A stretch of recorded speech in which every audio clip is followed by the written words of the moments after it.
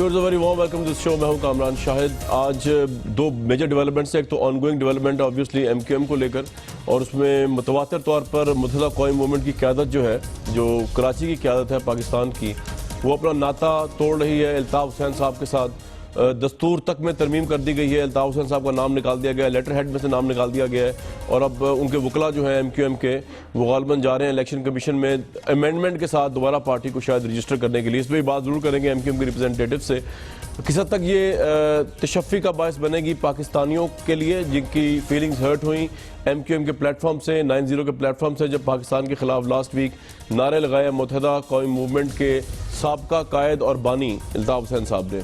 इनका क्रैकडाउन हुआ। हमने देखा कि लास्ट वीक मुबैना जो गैर कानूनी दफातर एमक्यूएम के, उनका क्रैकडाउन हुआ और बहुत से दफातर को मसमार कर दिया गया, और इससे चलता पता कि किस हद तक कराची के अंदर चाइना कटिंग या नाजायज़ तजावुज़ात जो है वो सियासत का हिस्सा है। इसके अलावा आज बड़ी एक अहम डेवलपमेंट है, उस पर मैं आऊँगा, लेकिन पहले जो हमला हुआ मीडिया पे उसकी डिटेल्स एमक्यूएम के प्लेटफॉर्म जो हमला हुआ वो आज डीजी रेंजर्स ने दी है कराची में, वो ज़रा सुनते हैं और वापस आते हैं इस शो में। 22 तारीख को होने वाला इंसिडेंट एक प्रॉपर प्लान्ड एक्टिविटी थी जो मुत्तहदा के मुख्तलिफ सेक्टर्स और यूनिट से ताल्लुक़ रखने वाले मिलिटेंट्स ने किया। 2 बैंक्स जो हैं वहाँ पर उन बैंक्स में काम करने वाले जो ऑफिसर्स थे जो मुत्तहदा के लेबर डिवीज़न से ताल्लुक़ रखते थे, इन ऑफिशल्स को इनकी सेंट्रल एग्जीक्यूटिव कमेटी, राब्ता कमेटी या नामालूम लोगों ने अपने पास चंद लोगों को रखने का कहा। उनके साथ मुंसलिक लड़के दाएं बाएं की स्ट्रीट्स में छुपे हुए थे। अल्ताफ़ हुसैन की एंटी स्टेट बातचीत के बाद लोगों को उसने मुश्तिल करके रवाना किया उधर से। ये 6 बंदे हैं की पर्सनस जिनको पाकिस्तान रेंजर सिंध ने पकड़ा है, जो इसको प्लान करने में और एग्जीक्यूट करने में मुलविस थे। इन 6 बंदों ने अपने बाकी साथी बताए हैं। लो जी, ये सवाल भी बड़ा अहम है। एमक्यूएम की क़यादत से, एमक्यूएम की लीडरशिप से, रिप्रेजेंटेटिव से पूछना ज़रूरी है कि उर्दू स्पीकिंग जो है वो बेसिकली इस वक्त कहाँ पे स्टैंड कर रहे हैं, पाकिस्तान मुखालिफ नारों के साथ या पाकिस्तान जिंदाबाद नारों के साथ। एक और बड़ी अहम डेवलपमेंट हुई है व्यूअर्स, आज वो बता दूं मैं आपको कि सुप्रीम कोर्ट में इमरान खान ने पिटिशन फाइल की है नवाज शरीफ साहब के खिलाफ। उनके वकील नईम बुखारी जो है, उन्होंने बड़े फसाद व बलागत के साथ अपना केस जो है इमरान साहब का वो प्रेजेंट किया, और अब मामला सुप्रीम कोर्ट में चला गया है। अगरचे इमरान साहब ने सितंबर 3 की डेडलाइन दी हुई है, बहुत बड़ी तहरीक चलेगी, लेकिन मामला कोर्ट में भी चला गया। इंटरेस्टिंग केस होगा क्योंकि हम जानते हैं इससे पहले सुप्रीम कोर्ट ने यूसुफ रज़ा गिलानी साहब को हमारे सामने डिस्क्वालीफाई किया था अदालत के हुक्म पर, हुक्म अदूली के ऊपर, जो लेटर उन्होंने नहीं लिखा था स्विस कोर्ट्स को। आज नईम बुखारी ने उस हवाले से क्या कहा, वो भी सुन लेते हैं। इस पिटीशन में साबित किया है कि वज़ीर आज़म पाकिस्तान ने पार्लियामेंट की फ्लोर पे झूठ बोले। उन्होंने ये फरमाया कि हमारे चूँकि मिलें ओवरटेक हो गई थी हमारे जुल्फ़िकार अली भुट्टो साहब में, तो हमने दुबई में जाके दुबई स्टील मिल्स बताई। भाई आप ये पैसा मुल्क से बाहर कैसे लेके गए? फिर आप फॉरेन एक्सचेंज लेके गए हैं तो ये कानून की खिलाफ वर्जी और मनी लॉन्ड्रिंग है। फिर मियाँ साहब ने अपने बयान में ये फरमाया कि हमने ये मिल दुबई स्टील $9 मिलियन की बेच दी। तो बताया क्यों नहीं? $9 मिलियन की बेच दी। इतनी देर आपने पैसा क्यों रखा अपने पास? 2003 तक वेल्थ टैक्स का कानून इस मुल्क में लागू था, आपने उस पर वेल्थ टैक्स क्यों नहीं दिया? और जब हमने अजीजिया स्टील मिल्स बेची तो फिर हमने लंदन में फ्लैट्स खरीदे। ये झूठ है भाई। फिर मियाँ साहब ये भी फरमाते हैं कि 20 करोड़ रुपया मेरे बच्चे ने मुझे गिफ्ट दी है। अच्छा भाई, वो बच्चा ना यहाँ इनकम टैक्स पे ही है, ना उसका कोई NTN रिकॉर्ड है, तो वो गिफ्ट नहीं है, वो इनकम है जिस पे आपने टैक्स देना है। उसमें से आप फरमाते हैं कि 3 करोड़ 77 लाख रुपए के करीब मैंने अपनी बेटी को दे दिया है, तो उसके मियाँ ने अपने रिटर्न में क्यों नहीं ये डिक्लेयर किया कि ये पैसा मैंने दे दिया है? सो लिहाजा मियाँ सारा केस का दारोमदार मियाँ साहब की 16 मई का तकरीर है। तलाल चौधरी साहब, झूठा करार दिया अपने रेफरेंस में PTI ने, नईम बुखारी साहब ने, इमरान खान साहब ने। आपके नज़दीक ये जो इल्ज़ाम लगाया प्राइम मिनिस्टर पाकिस्तान पे, इसको किस तरह आप रिस्पॉन्ड करेंगे? इतना बड़ा इल्ज़ाम झूठा कहा है प्राइम मिनिस्टर को। तलाल साहब। देखिए, इल्ज़ाम लगाना तो खैर पीटीआई की पुरानी आदत है, लेकिन झूठा कौन है सच्चा कौन है इसका फैसला जो है वो अदालत करेगी। और अदालत ने पहले भी फैसले किए हैं। पहले भी एक इल्ज़ाम लगाया गया था कि इलेक्शन को रिग किया गया है, उसका फिर जो जवाब आया वो सबके सामने है। इसी तरह ये जो इल्जामात हैं ये 25 साल 30 साल से हमारे कम अज कम मेरी उम्र गुजर गई है ये सुनते सुनते कि ये एक फ्लैट है, एक कोई मनी लॉन्ड्रिंग है, कोई हुदैबिया मिल है, कोई फलाना है। ये तो प्राइम मिनिस्टर ने खुद ही ऐलान कर दिया ना सर तलाल भाई। बात ये है कि ये तो प्राइम मिनिस्टर ने खुद ही ऐलान कर दिया, पैसों का ट्रांसफर, स्टील मिलों का लगाने का पैसा किस तरह बाहर गया ये नहीं बताया, लेकिन ये ऐलान कर दिया कि वहां ये कुछ था। तो वो आपको लगता नहीं कि उनको स्पीच में सारा कुछ जिक्र नहीं करना चाहिए था? कभी डिस्कशन हुई आपके प्राइम मिनिस्टर से? प्राइम मिनिस्टर ने अपना फर्ज अदा किया, पार्लियामेंट के सामने वो जवाब दे हैं। हम कोई इमरान खान नहीं है कि हम लोगों को कहें कि जवाब दें और खुद जवाब ना दें। हमारा रेफरेंस पार्लियामेंट के सामने पिछले 1 महीने से पड़ा है। खान साहब की जरूरत नहीं हो रही कि वो आके जवाब दें, क्योंकि जवाब उनके पास है नहीं। हमारे पास जवाब था, वो हमने दिया है। हमारा जवाब एनालाइज किया जाए, जो मर्जी अदारा तहकीक करे। सुप्रीम कोर्ट में ये गए हैं, हम सुप्रीम कोर्ट अगर बुलाएगी तो जाने को तैयार हैं, लेकिन ये 30 साल पुराने इल्जामात हैं। इन इल्जामात में जान होती तो हमारी 2 असेंबलियां 90s में इन्हीं इल्जामात पे टूटी। हम अब मुल्क बदल किया गया इन्हीं इल्जामात पे किया गया। और अगर इनमें जान ठीक है जी, जान नहीं है, जनरल मुशर्रफ को त्यारा साजिश केस और हेलीकॉप्टर केस ना बनाने पड़ते। वो फ्लैट्स के केस में नवाज शरीफ को हमेशा के लिए वो नाहल करवा देते। ये अगर अब भी जान होगी, हम अभी भी हाजिर हैं, मगर ठीक है जी, तैयार रहे। फैसला जब आएगा तब ये कबूल कर लें, फिर आए बाएं शाएं ना करें जैसे कि इन्होंने जुडिशियल कमीशन आपकी सारी डिस्कशन में इन्वेस्टिगेशन में की। आपकी सारी डिस्कशन में तलाल साहब सबसे अच्छी बात ये है कि जो फैसला है वो ये भी तस्लीम करें और आप भी कर लें। अली मोहम्मद खान साहब, ये देख लें कि आप सुप्रीम कोर्ट अब गए ऑब्वियसली, और ये अभी आपने साबित करना है प्राइम मिनिस्टर झूठे हैं या आप समझते हैं कि वाकई वो झूठे हैं, ये आप सोच के बैठे हुए? क्योंकि होगा इसमें ये कि अगर सुप्रीम कोर्ट ने कहा कि वो झूठे नहीं है, तो अगर आपने पहले परसेप्शन बना लिया हुआ है, आपको धचका लगेगा, फिर आपने कहना है कोर्ट ने फैसला ठीक नहीं किया। जी अली भाई। शुक्रिया। बिस्मिल्लाहिर्रहमानिर्रहीम। आपको मेरी आवाज आ रही है? जी जी आ रही है, जी आ रही है। अल्लाहुम्मा सल्लि व सल्लिम व बारिक अला सय्यिदिना मोहम्मद। बहुत शुक्रिया। सबसे पहले तो मैं अल्लाह ताला का लाख लाख शुक्र अदा करता हूँ कि इमरान खान और हम लोगों ने एक रेफरेंस जमा किया और तलाल चौधरी और दानियाल अजीज वगैरह जो है इनका रोजा चुप का टूटा, क्योंकि जब से अल्ताफ हुसैन की तकरीर आई है इन लोगों ने चुप का रोजा रख लिया था। तो शुक्र है चलो मीडिया पे आए तो सही, किसी बहाने से। अच्छा, मुझे एक बात सुन के मुझे बड़ा एक अजीब सा लगा कि तलाल चौधरी साहब मेरे बड़े भाई हैं, छोटे बड़े मेरे प्यारे हैं, वो कहते हैं मेरी उम्र गुजर गई।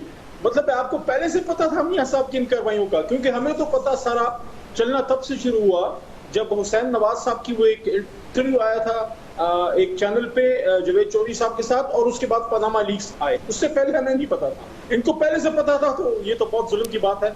मैं समझता हूँ ये चीजें तो छुपा के नहीं रखनी चाहिए। सुप्रीम कोर्ट में केस चला गया है, वहां दूध का दूध और पानी का पानी हो जाएगा। मैं समझता हूँ चूंकि केस सब जुडिस हो जाएगा, वो जो हो चुका है। इनफैक्ट जब हम रेफरेंस पे चले गए, मेरिट्स पे मैं नहीं जाऊंगा, सिर्फ इतना मैं कहूंगा 2-3 चीजें। एक तो कौमी असेंबली में जनाब मियां मोहम्मद नवाज शरीफ साहब ने जब वो तकरीर की थी, तो उसमें उन्होंने खुद पे अपने आप पे चार्जशीट लगाई कि मनी लॉन्ड्रिंग, उन्होंने अपने आप पे खुद वो इल्जामात लगाए, क्योंकि उस जमाने में लॉ था। मुझे आपसे एक सवाल करना है अली साहब, अली भाई, ये आपका पॉइंट बिल्कुल आ गया, ये बिल्कुल ठीक है। मुझे आपसे सवाल ये करना है कि ये आप सीरियसली इल्जाम लगाते हैं नवाज शरीफ साहब पे कि ये मुत्तहिदा कौमी मूवमेंट का जो स्टंट हुआ सारा अल्ताफ साहब का, ये इनकी मिली भगत से हुआ? क्योंकि आपकी पार्टी के लोग जो आप भी बिलीव करते हैं कि ये वैसी गॉसिप है कि जी क्योंकि पनामा से तवज्जो हटानी थी इसलिए अल्ताफ हुसैन साहब ने इंडिया के साथ और नवाज शरीफ साहब के साथ खुदा न खास्ता मिली भगत करके उस तरह के नारे लगाए कि कश्मीर और पनामा से लोगों की तवज्जो हट जाए?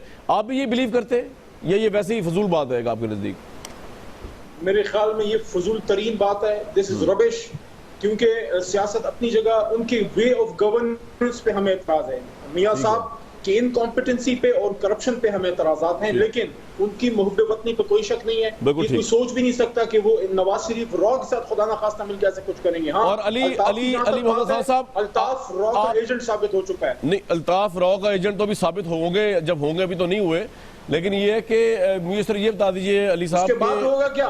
पाकिस्तान मुर्दाबाद के नारे लगवाने के बाद और क्या सबूत चाहिए आपको उसके? नहीं, वो तो यहाँ जीएम सईद ने भी बड़े लोगों ने लगाए थे नारे, लेकिन बहरहाल मैं तो एक ऑब्जेक्टिव बात कर रहा हूँ कि वो कोर्ट साबित कर देगी या नहीं करेगी, कोर्ट ही ने साबित करना, आपने मैंने तो नहीं करना। तो कहने की बात ये थी कि ये सब कुछ तो हो गया, लेकिन अब आप चाहते क्या है? आप खुदा न खासा ये तो नहीं चाहते कि MQM की जो अब नई शक्ल सामने आई है जिसमें फारूक सत्तार साहब है उसको खुदा न खासा कालदम करार दे दिया जाए, क्योंकि ये बड़ा सेटबैक होगा कराची के लिए, कराची के मैंडेट के लिए। आप लोग ये तो नहीं चाहते ना PTI वाले? देखिए कमरान शाहिद साहब, एक चीज क्लियर होनी चाहिए, हम मुसलमान कौम बिलुमूम और पाकिस्तानियों को बिलखुसूस हमेशा गद्दारों ने बहुत नुकसान दिया है। मीर जाफर मीर सादिक की कहानी बड़ी पुरानी है। मौजूदा मैं आपको ये बताऊं कि अगर हमने अब भी स्टेप ना लिए तो फिर कुदरत से भी वो क्या स्टेप हो, ये तो पूछ रहा हूं आपसे, वो क्या स्टेप हो मेरे भाई? सिंपल सी बात है मेरे भाई, सिंपल सी बात है। अल्ताफ हुसैन के ये जो यहाँ पे चेले चांटे बैठे हैं, ये इस बात ये काफी नहीं है कि सिर्फ हम ये कहें कि हम लाताल्लुक हो गए हैं। मुझे एक बात बताएं, ये जो स्पीच की अल्ताफ ने, जब उसने मीडिया पे हमला किया और उसके बाद जो उसने हज़ियान बका, फिर जो अमेरिका उसने स्पीच की, उस वक्त यहाँ पे कुछ लोग मौजूद बैठे वो सुन रहे थे। कॉन्स्पिरेसी में मीटिंग ऑफ माइंड्स होती है। उसके बाद ने हमला किया यहाँ पे, वहां से जो अटैक्स के लिए जो हुक्म आते थे, जो कार्रवाइयां वो डालते थे, जो जुल्म वो उठाते थे, क्या वो अल्ताफ वहां से फरिश्तों से करवाता था? यहाँ पे ये जमीन पे लोग नहीं बैठे होते थे? Who were the people who were making it possible? जमीन पे अमल उस पे कौन करता था कराची में? एक बात। दूसरी बात, अभी तक फारूक सत्तार या उनकी जो भी यहाँ पे नाम नहाद अभी तंजीम बनी बैठी है, आज तक उन्होंने अल्ताफ को ना प्रॉपरली कंडेम किया है, ना उसके खिलाफ आर्टिकल 6 की डिमांड की है। यार एक आदमी वहां पे बैठ के पाकिस्तान मुर्दाबाद के नारे लगवाए, वो अमेरिका इसराइल से हेल्प की वो डिमांड करे, और फिर अमेरिका स्पीच में उसने ये भी कहा था, कितने अफसोस की बात है, अल्ताफ ने कहा था कि पाकिस्तान का बनना अंग्रेजों की साजिश थी, उस पर वो टस्से उसने बहाए। और उससे भी ज्यादा इंपॉर्टेंट बात यह है कि मैं ये समझता हूं कि अब जब ये साजिश सामने आ गई है, अल्लाह ताला ने करम किया है कि वो आदमी खुद उसने जो है वो अपना साजिश का पुल खोल दिया है। अब भी अगर हम खामोश रहे तो हम न सिर्फ पाकिस्तान के, तो हम क्या करें? आप क्या चाहते हैं कि फारूक सत्तार साहब की पार्टी में पाबंदी लगे जिसकी क़यादत वो करे? आप ये चाहते हैं? मैं ये समझता हूं, हमारी जमात ये समझती है कि जो मैंडेट है उनके पास वो अल्ताफ के नाम का था। If they really believe कि उन्हें अपने आप को डिस्टेंस किया है, they should go back and take a fresh mandate. Right, इसी में रहिएगा। अली रजा आब्दी साहब ने हमें ज्वाइन किया, अगर प्रोड्यूसर साहब उनकी शक्ल दिखा सके मुझे। कामरान साहब एक मिनट। जी तलाल भाई एक मिनट। कामरान साहब, अली मोहम्मद साहब मेरे भाई हैं। जिस दिन ये तकरीर हुई, सबसे बड़ी मैं समझता हूं, मेरे क्योंकि जज्बात हैं हमारे पाकिस्तान के बारे में, मुस्लिम लीग नून की क़यादत के, उसका इज़हार आपके टॉक शो पे किया। ये मेरा ख्याल है या तो सुनते नहीं हैं या ये देखना नहीं चाहते। मियां नवाज शरीफ ने अपने जिंदगी के सख्त तरीन बयानात में से एक बयान उसी रात को दिया, और उसके बाद मेरा भाई जो है, नहीं तलाल साहब आए थे मेरे प्रोग्राम में, आए थे, बंद हो जाए तो तलाल साहब आए थे, मैं इसका कामरान साहब अगर कोई जिस तरह घड़ी प्रेस कॉन्फ्रेंस अगर कोई नहीं तलाल साहब ने आके बड़ा केस लड़ा था पाकिस्तान का मेरी प्रोग्राम में आके, मुझे अच्छी तरह याद है। ये तलाल साहब आए थे, तलाल साहब फोर फ्रंट पे थे। तलाल भाई मैंने आपकी बात कर दी साहब, एक मिनट। अगर कोई गटर बंद हो जाए तो रेफरेंस हमारे खिलाफ आ जाता है। वोटों की ट्रेडिंग जो है वो पीटीआई तो आप गटर खोल दिया करें ना अगर बंद हो जाए इलाके का। आज तक नहीं, आज तक तो रेफरेंस एमक्यूएम के लीडर के खिलाफ नहीं आया। क्यों नहीं आया? जो कि रोजाना 10 रेफरेंस देती है पीटीआई, ये इनकी जुबान क्यों बंद है? क्यों इलेक्शन कमीशन नहीं गए? क्यों किसी और इदारे में नहीं गए? नहीं तो इनका तो आप इनका उनके साथ कोई सेटअप नहीं है वैसे, ये तो राइवल्स है कराची में। क्योंकि मेरे भाई रेफरेंस जो वोट ट्रेड की है वो किसने की है? गरबी में, जिला गरबी में। चलो इस पे बात करते हैं। वो तो इमरान इस्माइल साहब बेहतर पोजीशन में हो गए, वो पीटीआई ने की है। ना जाए उधर बहुत सी बातें हैं उधर। अच्छा अली रजा आब्दी भाई, आपको बड़ा वार्म वेलकम। बहुत सी बातें नहीं है वहाँ, आप बात कर नहीं सकते।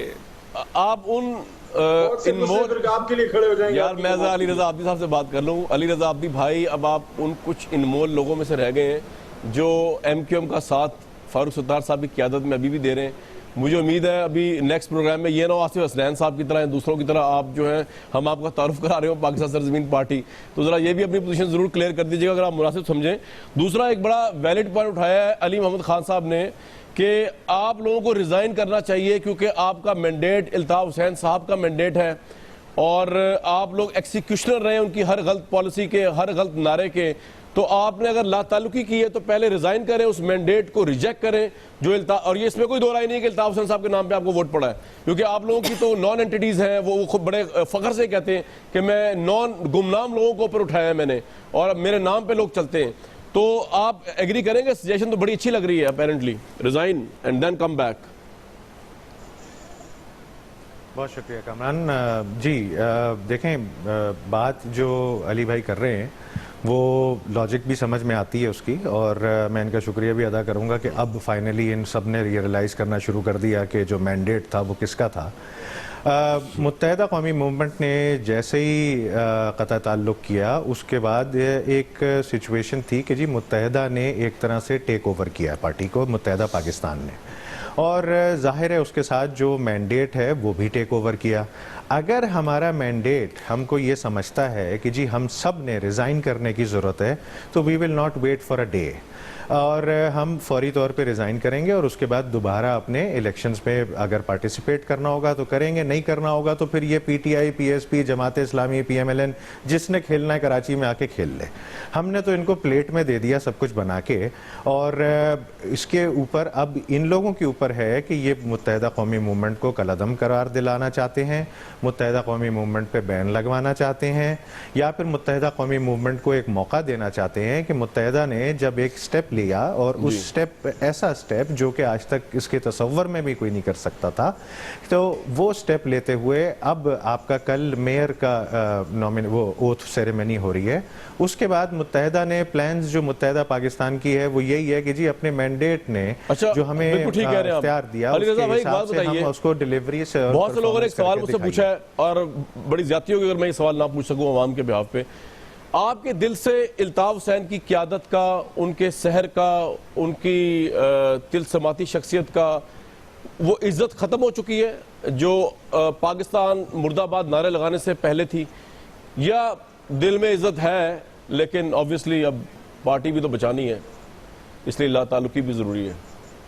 कामरान, मेरे ख्याल में ये वो जो बचकाना सवाल चल रहे हैं ना, इसमें इस पर लॉजिक पे आए कि एक बानी है तहरीक का जो कि 35 साल पुराना, जिसने तहरीक को लेके चले और चलने के बाद अभी 2016 में आके इस तरह की बात की जो कि हम सब के दिल पे लगी और बहुत ज़ोर से बहुत तकलीफ़ हुई हम सबको, और हम ये रिएक्शन में जो जो स्टेप्स ले सकते थे वो स्टेप्स लिए हैं। आप हिस्ट्री में से नाम को ज़ाहिर है नहीं निकाल सकते, और वो नहीं, दिलों से आपकी अकीदत का जो अकीदत की क़यादत है वो किस तरफ है?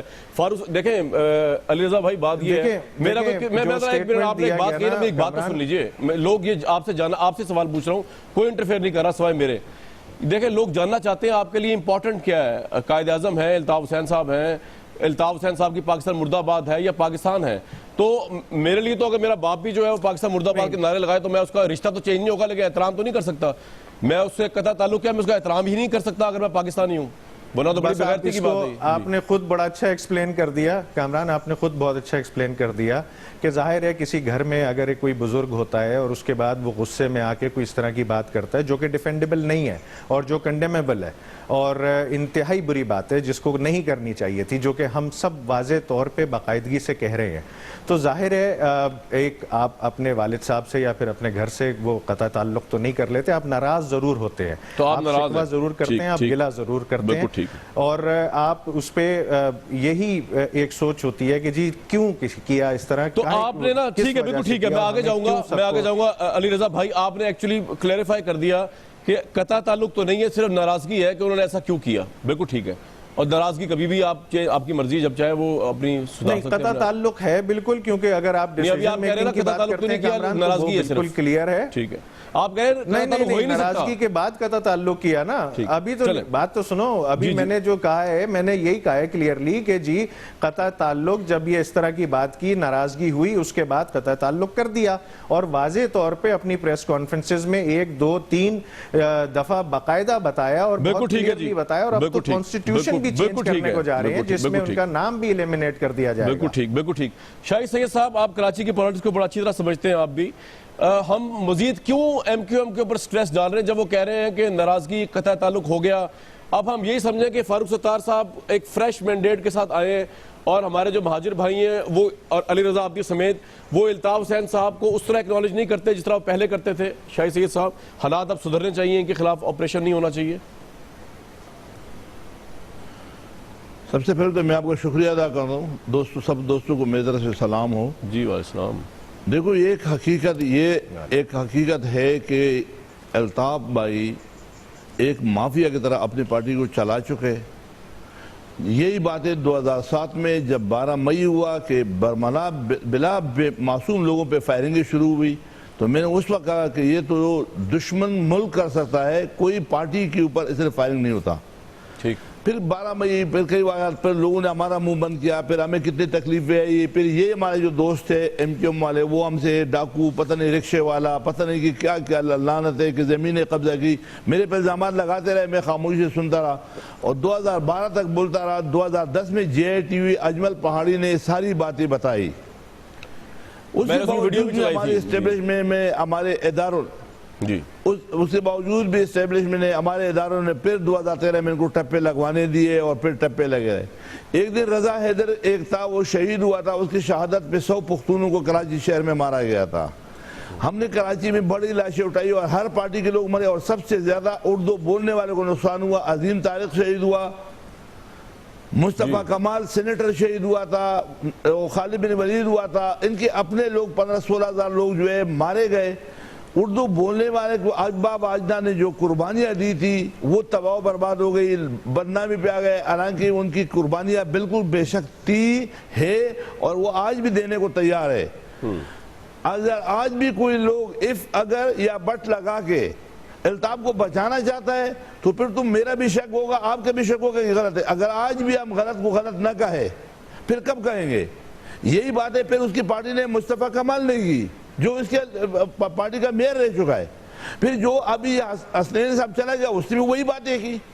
अब बदकिस्मती ये है कि अभी ये लोग ये नहीं डिसाइड कर पाते हैं कि अल्ताफ भाई है क्या। और जब उस बंदे ने खुद जो काम है ये ना सियासतदानों ने किया, ना हमारे इस्टेब्लिशमेंट ने किया, ब्यूरोक्रेसी किसी ने नहीं किया, ये अल्लाह ने किया, उसके नबी ने किया और उन कराची के शुहदाओं ने किया। वो शुहदा चाहे उर्दू बोलने वाला हो, चाहे पश्तो हो, चाहे किसी पार्टी की हो, उन शुहदा का कमाल है कि अल्ताफ के अपने मुंह से वो बातें निकली जो उसमें इल्जामात थे और आज उसमें वो खड़ा हुआ है। उसने बाबर के साथ जो रवैया रखा, उसने पाकिस्तान जिंदाबाद लिखा था, बाबर गौरी के साथ जो किया। तो इस तरीके से अब तो दो राय नहीं है। सिर्फ मेरी इन लोगों से यही दरखास्त है, ये हमारे बच्चे हैं, ये हमारे भाई है, ये हमारे इस मुल्क का एसेट है, इनको खुदारा आज तो गलत को गलत कह दो। अगर आज भी आप तुम में शक है तो मुझे वो शक बताओ कि क्या शक है। वो बंदा बरमला कह रहा है कि पाकिस्तान मुर्दाबाद। नहीं क्या कहें ये अगर आप मेरा बाप ये भी बताएं, कहेगा, आप क्या शायद से साहब आपके चाहते अल्ताफ हुसैन साहब को ये क्या कहें? भाई उसको जाहिर बात कि उसको गलत कह दे, गद्दार कह दे, क्यों मुल्क का गद्दार है। अली रजा आपके साहब आप समझते हैं अल्ताफ हुसैन साहब अपनी इन तमाम हरकत और सकरात के बाद मुल्क के गद्दार साबित हुए, इसलिए आपने उनको दस्तूर से भी निकाल दिया बाहर, इसलिए आपने उनसे कथा ताल्लुक भी कर लिया। अली रजा आपके साहब ये आप समझते हैं वो गद्दार नहीं है? गुस्से में मुंह से निकल गई बातें। देखिए शायद कामरान ये देखिए हम लोग कोई नहीं होते गद्दारी का सर्टिफिकेट बांटने वाले। अच्छा नहीं। बाकी लोग समझते होंगे अपने आप को कि वो शायद बांट सकते हैं, लेकिन मैं शाही सैयद साहब से यही गुजारिश करूंगा कि बाचा खान ने भी जब कुछ इस तरह की बातें की थी तो उस वक्त ये क्या उनके साथ अभी भी उनको गद्दार कहा या फिर इन्होंने और बहुत सारी बातें की कि देखें सिचुएशंस हैं और मैं कतन ये नहीं कह रहा, कोई बात पाकिस्तान मैं कतन ये नहीं कह रहा जोग्राफिया के पाकिस्तान के जोग्राफिया के खिलाफ बात करना या फिर हाँ वो लग गई थी तो आप इस पे MQM पे भी लगा दीजिए ना, अगर आप समझते हैं तो लगा दीजिए बेशक पाबंदी ना। तो अगर आप इसको समझते हैं कि इस नेचर की है ये इशू तो वो लगा दीजिए। अच्छा फिर इसी तरह हमारी पार्टी का मौक़िफ़ क्लियर है, हम पाबंदी नहीं चाहते, सिविल डिसोबीडियंस जब हुई थी उनको सजाएं चाहते हैं। जब जी अली रजा साहब कंप्लीट कर लें ना शाही साहब, आप छोड़िए कि मुझे बात करने दीजिए। देखें जब सिविल डिसोबीडियंस हुई थी तो वो भी स्टेट के खिलाफ हुई थी और जब सुप्रीम कोर्ट पे हमला हुआ था वो भी स्टेट ऑफ पाकिस्तान के खिलाफ हुआ था। तो ये अच्छी चीज़ें नहीं थी, अच्छी बातें नहीं थी, लेकिन इनके कोई ना कोई इश्यूज थे, तकलीफें थी, प्रॉब्लम्स थी जिसके तहत ये इन डिसीजंस लिए और उन लेने के बाद वो एक ऐसे एक्शंस बने जो कि एंटी स्टेट कहलाए गए। लेकिन अभी भी हमने तो इनसे बढ़ के एक स्टेप ले लिया ना। हमने तो मुत्तहिदा कौमी मूवमेंट ने अपने जो लीडर थे उनको बानी तहरीक कहा, उनको अल्ताफ हुसैन साहब कहा, उनसे कता ताल्लुक किया, अपने कॉन्स्टिट्यूशन को चेंज की। तो हम तो मेरी बात सुन लीजिए, आपकी बातें सारी सही हैं, आप जो कर रहे हैं आप लोग अल्ताफ हुसैन साहब का इतना लगेज है, उनके हुक्म पे मुबैना तौर पर इतने कत्ल हुए हैं कराची के अंदर, जो रिपोर्टें आ रही हैं, जो रेंजर्स रिपोर्ट दे रही है, दिफाई इदारे दे रहे हैं, सुप्रीम कोर्ट की ऑब्जर्वेशन है, आपने नहीं किया होगा, किसी और ने कर दिया होगा। ये नहीं, मैं कह रहा हूँ ये इल्जामात तो है ना उनके ऊपर। ये सारी रिपोर्ट्स जो ये इल्जामात तो यार कोई मेरे ख्याल में 92 से चल रहे हैं, और उस वक्त भी जो आप आज भी अल्ताफ हुसैन साहब को डिफेंड कर रहे हैं, आप आज भी समझते हैं कि उनकी वजह से आप लोग नहीं, मैं कर रहा, मैं बिल्कुल भी नहीं कर रहा, करार दे दिया गया आप लोगों को, आप लोग गद्दार कहा जा रहा है, जो ज्यादती हो रही है आप लोगों के साथ। कामरान मुझे 1 मिनट दो। देखें, गद्दारी का सर्टिफिकेट पाकिस्तान में तकरीबन लीडर्स को मिल चुका है, और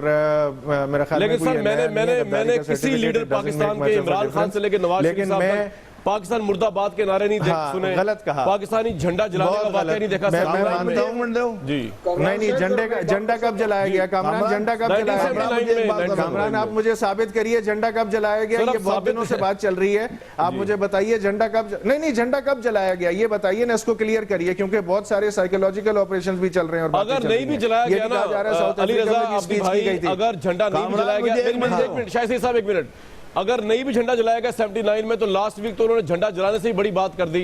उन्होंने कहा पाकिस्तान नासूर है और इसको तबाह बर्बाद बात कर दी, बहुत झंडा जलाना तो बहुत मान रहे हैं भाई, इसको हम ये तो नवाज शरीफ साहब कहते हैं तो हम खुद को गद्दार कहते हैं, लेकिन बहुत सारे लोगों के इमरान खान कहते हैं बहुत सारे लोगों के अमल से पाकिस्तान भी बर्बाद हुआ है, बहुत सारों के कहने से अमल से बहुत सारी पाकिस्तान में खराबियां पैदा हुई हैं।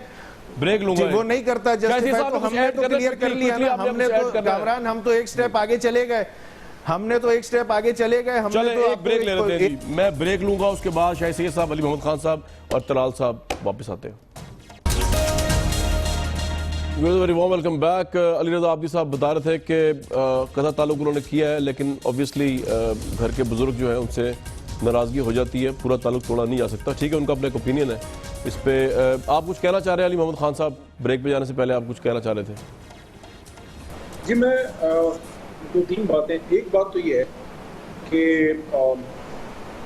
परसों मेरे साथ हमारे एक और MQM के भाई सलमान बलोच मुजाहिद साहब भी बैठे हुए थे, और अली भाई भी बैठे हुए हैं, अब्दी साहब भी बैठे हुए हैं। मैं समझता हूँ मैं इनको किसी इम्तिहान में डालना नहीं चाहता।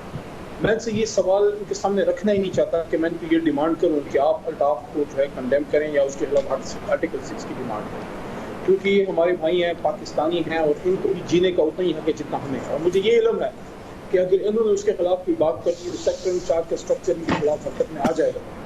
मैं ही समझता हूँ MQM के जो बानी हैं उन्होंने जो कहना कहलाना था वो कह दिया, इन्होंने जिस तरीके से डिफेंड करना था वो कर दिया। मेरी इनसे सिर्फ एक दरख्वास्त है कि अगर दिल से आप अल्ताफ की इन बातों पर यकीन नहीं रखते, और अगर आपका दिल जो है उसके वादों और उसके इरादों और उसके जो नारे उसने लगाए पाकिस्तान के खिलाफ, मेरे मुंह में खाक जो उसने कहा कि पाकिस्तान मुर्दाबाद, अगर आपका दिल उसके साथ नहीं है तो फिर इस तरह चैनल्स पे आके उसको डिफेंड भी ना करें, क्योंकि अगर आप में हिम्मत नहीं है उसके खिलाफ आर्टिकल 6 को डिमांड करने की, क्योंकि उसने पाकिस्तान के खिलाफ नारे लगाए हैं। अभी बात हुई बादशाह खान की, मैं देखिए मेरी जमात का नहीं है वो, मेरा लीडर नहीं है वो, लेकिन एक बात जो हक है वो हक है कि पाकिस्तान बनने के बाद उस आदमी ने पाकिस्तान के खिलाफ एक लफ्ज नहीं निकाला। लेकिन इस तरीके से जिस तरह के अल्ताफ ने बात की है, किसी, मैं समझता हूँ किसी, मुझे मेरी यादाश्त में कोई ऐसा बंदा नहीं है जो बैठ के बाकायदा नारे लगवाए। ठीक है अली भाई, आपकी आपका पॉइंट माफी मांगे। जी बिल्कुल ठीक। अली रजा आब्दी साहब, आप कुछ कहना चाहते हैं? दिल से कोई बात करना चाहते हैं? दिल से कामरान मुझे 1 मिनट दो। जी शाहिद सैयद साहब की बात भी सुन लें। जी शाहिद सैयद साहब, जी फरमाइए। कामरान भाई, मैं अली की और अली रजा आब्दी की और पूरा कौम के उर्दू बोलने वाले के दिल से खुदा गवाह कदर करता हूँ। ये मुहज़्ज़ब कौम है, लिखा पढ़ा कौम है, और इनकी अपनी एक समझो कि एक स्टेटस है, एक हैसियत है जो खुदा ने दिया हुआ पाकिस्तान में। इनकी बड़ी कुर्बानियाँ और आए, और इन्होंने कुर्बानियाँ बहुत, हम तो यहाँ थे, इनकी कुर्बानियाँ माननी पड़ेगी। लेकिन अगर इनके अपने भाइयों की सही इंक्वायरी हो जाए कि उर्दू बोलने वाला जो मरा है वो किसने मारा, और अगर वो भी साबित हो जाए कि वो भी अल्ताफ की माफिया के चक्कर में नजर में हो गए, हकीकी वाला कौन है? वो उर्दू बोलने वाले भाई। सुन्नी तहरीक कौन है? उर्दू बोलने वाले। कराची में कितने लोग मारे गए, उसमें ज्यादा तादाद उर्दू बोलने वाले की है। हमारे है। लोग गरीब है, वो तो वैसे भी मर रहे हैं तालिबान में, लेकिन अगर ये चीजें उन पे साबित हो रही है तो कम से कम उसके लिए तो बुरा रखो। अली रजा आबिदी साहब, बात ये हो रही है कि आप दिल से अल्ताफ हुसैन साहब को निकाल दें क्योंकि पाकिस्तान के खिलाफ नारे लगाएं और ये अली मोहम्मद खान साहब करें, वरना डिफेंड ना किया करें उनको आके इधर। ये आपके सामने सवाल है। मैं बात सुनिए, मैं ये आप लोगों से किसी से डिक्टेशन नहीं लूंगा कि क्या करना है क्या नहीं करना है। हमने जो एक स्टेप लिया है और उस स्टेप के तहत हम आगे बढ़ रहे हैं। शाहिद सैयद साहब ने बड़ी अच्छी बात की। हमने तो बल्कि पहले से डिमांड किया हुआ है कि 90 से लेके बल्कि जो एक अगर जुडिशल कमीशन बना लिया जाए और उसमें उस वक्त से लेके आज तक की जितनी भी शहादतें हुई हैं मुत्तहिदा कौमी मूवमेंट के कारकुनान की और दूसरों की, तो उसके बारे में अगर हम लोग सारे बैठ के वहाँ पे जो शवाहिद जिसके पास हैं उसके हिसाब से पहुँचाए जाएं और दिए जाएं और सबको एक दफ़ा क्लियर किया जाए कि ये क्या हुआ और किस तरह हुआ। ऑपरेशन जब शुरू हुआ था कौन उसमें जिम्मेदार था, कौन सी गवर्नमेंट थी, उसके बाद जब ऑपरेशन रुका फिर उसके बाद आगे फिर से शुरू हुआ फिर कौन सी गवर्नमेंट थी, फिर उसके बाद 2008 में जब जुल्फ़िकार मिर्ज़ा साहब आ गए थे और शाहिद सैयद साहब उनके साथ थे, फिर 2009, 10, 11 में जो फिर कत्ले आम हुआ यहाँ पे उसके बारे में भी पता चल जाए। तो मेरे ख्याल में कामरान ये बहुत जबरदस्त सजेशन दी है सेनेटर साहब ने, आई थिंक इस पे इनको भी चाहिए कि आगे बढ़िए। बाकी अली मोहम्मद की बात जो में है, जी बताइए। नहीं, बाकी अली मोहम्मद की जो बात है आर्टिकल 6 का, भाई आपको किसी ने नहीं रोका हुआ, आप इदारे हैं, गवर्नमेंट है, आपके वो पास तो आपसे कह रहे हैं ना, मैं आगे चलता हूं, लेकिन मैंने आपसे एक बात कहनी है, रेफरेंसेस डाल नहीं हम क्यों करें, हम तो देखें, हम तो अफेक्टेड है ना, हम तो अभी अफेक्टेड हैं, हम तो अभी प्रॉब्लम में हैं, वो खुद कर लीजिए, हम आपके साथ देंगे, आप इसको बनाइए। आप तलाल साहब के पास जाऊंगा मैं, ज्यादती हो जाएगी। तलाल भाई कहने पे अगर आप ये बना सकते हैं केस तो जरूर बनाइए, ये लॉयर है। तलाल भाई सारी बात छोड़े, आप गवर्नमेंट है, आप क्यों नहीं मिला रहे आर्टिकल 6 का मुकदमा? अगर आप समझते हैं कि अल्ताफ हुसैन साहब गद्दारी के मुर्तकिब हुए, जिस तरह आपने मुशर्रफ साहब पे बनाया है, वो भी तो बनाए है ना आपने। देखिए कामरान शाहद साहब, इसी तरह की अल्ताफ हुसैन साहब की तकरीर जो है वो दिल्ली में भी हुई थी, जबकि एक वर्दी पहना हुआ हुक्मरान इधर था तो किसी ने टस से मस नहीं हुआ। सर मैं तो आपसे डिमांड कर रहा हूं, आप तो वर्दी नहीं पहनी हुई आपने, चलो उसने तो पहनी मैं आपसे अब मुझे जवाब तो देने दें। जी। एक पॉलिटिकल गवर्नमेंट है, आज ये पाकिस्तान की तारीख पिछले 30-35 साल में पहली दफा हुआ, वो तस्वीरें भी उतरी जिनको कोई हाथ नहीं लगा सकता था, वो नाम भी हटाए गए। अच्छा। उसके बाद वो कार्रवाई आपके सामने नजर आ रही है, मगर उतारी थी तलाल, मगर बिल्कुल इसी तरह मैं उसका, आप मुझे मेरा जवाब सुन ले, मैं आपको मगर इस वक्त जो जिस तरह इस दफा टैकल किया गया पहले कभी नहीं किया गया, लेकिन हम चाहते हैं जो भी कराची के लोगों को मुंतखब होकर आते हैं, वो मेयर है, वो मेंबर कौमी असेंबली है, वो कोई भी है, वो अपना रोल प्ले करे और अपने आप को दायरे में रखे। दलाल भाई, वो कब था आखिरी दफा जब आपने मेरे सवाल का जवाब दिया? यानी मैंने सवाल जो पूछा आपने उसी का जवाब दिया, ना कि आपने वो बताया जो आपका दिल चाह रहा था। मैं कह रहा मतलब आप जो चाहे दिल चाह रहा जरूर कहें, लेकिन मेरा एक सवाल ये था कि आपकी इलेक्टेड गवर्नमेंट है, 3 हरफ भेजे आप मुशर्रफ साहब पे, आप वो वर्दी में थे, इनके साथ मिले हुए थे, आपने एक वर्दी वाले पे, एक्स आर्मी चीफ पे गद्दारी का मुकदमा बनाया। तो अगर आप समझते हैं कि अल्ताफ हुसैन साहब गद्दारी के मुर्तकिब हैं, तो आप उनके खिलाफ आर्टिकल 6 तो आपने लगाना है, ना शाहिद सैयद साहब ने लगाना है, ना अली रजा आबिदी साहब ने लगाना है, ना अली मोहम्मद खान साहब ने लगाना है। गवर्नमेंट का प्रेरोगेटिव है, दस्तूर में आप क्यों रुके हुए? अगर आप समझते हैं जी कामरान साहब, इंग्लैंड से लेकर कराची से लेकर तमाम वो कार्रवाई जो कानूनी तौर पर हो सकती है, कुछ चल रही है, कुछ आने वाले दिनों में तो आपकी दस्तरस में नहीं है, आर्टिकल 6 आपकी दस्तरस में, मैं वो पूछ रहा हूं आपसे मेरे भाई, उसका जवाब दे देना कामरान साहब, उसी का जवाब दे रहा हूं। आप सब्र करें, इंतजार करें, इंशाल्लाह ताला आपको पाकिस्तान के मामले में किसी से कोई नरमी आपको नजर नहीं आएगी कि पाकिस्तान को कोई गाली दे और उसके बाद उसके नरमी की जाए। अली मोहम्मद खान साहब, आपकी तसल्ली होगी, हुकूमत कराएगी तसल्ली इंशाल्लाह इस इशू पे, आप परेशान ना हो। कामरान शाहिद साहब जी देखें, आपको आपके जवाब मिल गए। अब मैं इस बात पे बिल्कुल क्लियर हूँ कि जो अली जैदी हमारे कराची के सदर PTI ने खत लिखा है चीफ दारुल स्टाफ को, बिल्कुल सही किया है।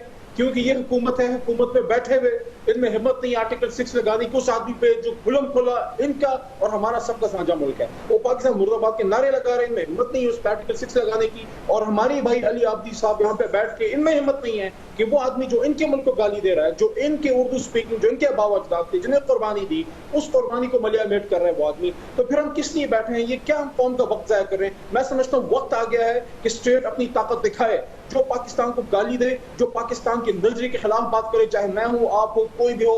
ठीक है, मुझे एक ब्रेक ले रही है, लेकिन मैं एक सवाल छोड़ के जा रहा हूं अली रजा आब्दी साहब के लिए। अली रजा आब्दी साहब, अभी कौमी असेंबली का इजलास होगा, उसमें मुजम्मती करारदाद पेश की जाएगी अल्ताफ हुसैन साहब पे, तो आपकी पार्टी का क्या होगा? आप उसका बाइकआउट करेंगे, न्यूट्रल रहेंगे, या मुजम्मती करारदाद में पूरी पाकिस्तानी अवाम का हिस्सा बनेंगे? और अगर आर्टिकल 6 चलता है तो आप उसमें साथ होंगे पाकिस्तान के, या उसके खिलाफ होंगे अल्ताफ हुसैन साहब के ऊपर? एक ब्रेक के बाद सवाल का जवाब।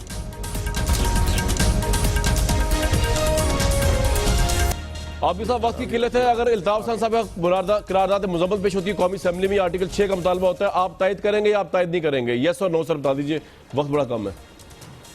हमने डिसाइड किया है कि हम अपनी भी एक मजम्मती करारदाद लेके आएंगे, उसको नेशनल असेंबली में भी और प्रोविंशियल असेंबली में भी जमा कराएंगे अल्ताफ हुसैन साहब के खिलाफ जो इनकी होगी ओपोजिशन।